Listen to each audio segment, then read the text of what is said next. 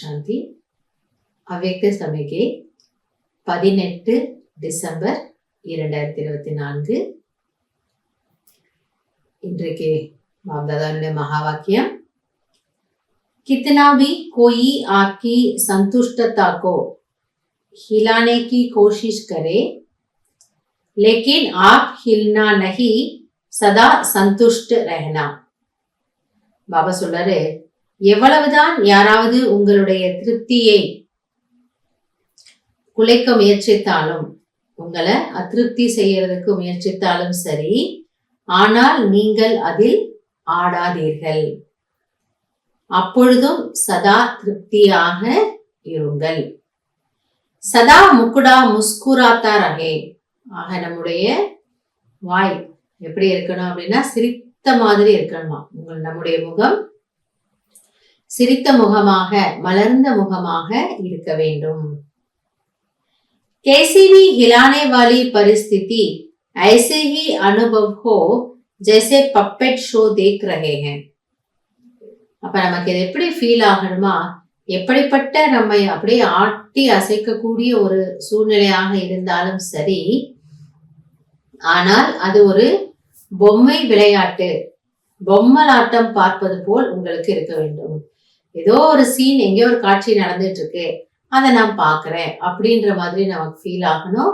அதாவது பாபா சொல்ற, நீங்க அதை அவ்வளவு ஈஸியா எடுத்துக்கோங்க. மாயா கா வா பிரகிருதி கா யஹ் பி ஏக் ஷோ ஹை. மாயை மற்றும் இயற்கையினுடைய இதுவும் ஒரு விளையாட்டு, இதுவும் ஒரு நாடகம்தான். சோ உங்களுக்கு அப்படி ஃபீல் ஆகணும். उसे साक्षी स्थिति में सदा संतुष्टता के स्वरूप में अपनी शान में रहते हुए देखो. அதனால பாபா சொல்றாரு, அந்த காட்சிகளை கூட நீங்கள் சாட்சியான நிலையிலிருந்து பாருங்கள். பாபா நமக்கு பலமுறை புரிய வைக்கிறாரு, நீங்க ட்ரஸ்டியாக ஆகிடுங்க. உங்களுடைய பொறுப்புகளை, உங்களுடைய சுமைகளை என்னிடம் கொடுத்து விடுங்கள். என்னுடையது என்பதை உன்னுடையது என்று ஆக்கி விடுங்கள். நீங்க லேசாயிடுங்க. இப்படி நமக்கு சொல்லிட்டே இருக்கிறார் இல்லையா.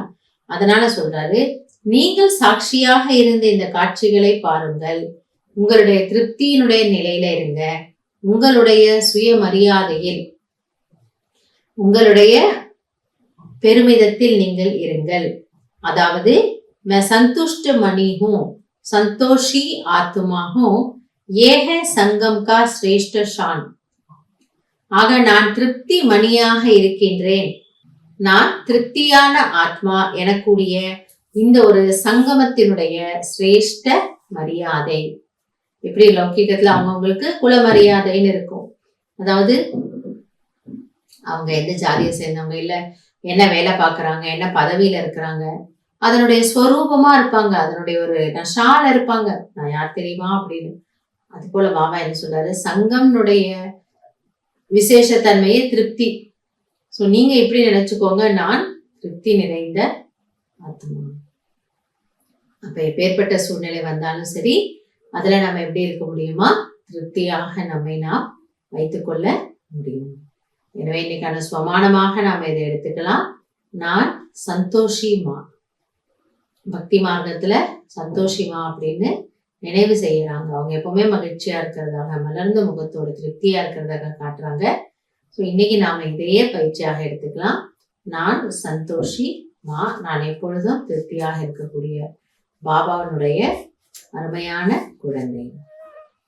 நல்லது. ஓம் சாந்தி.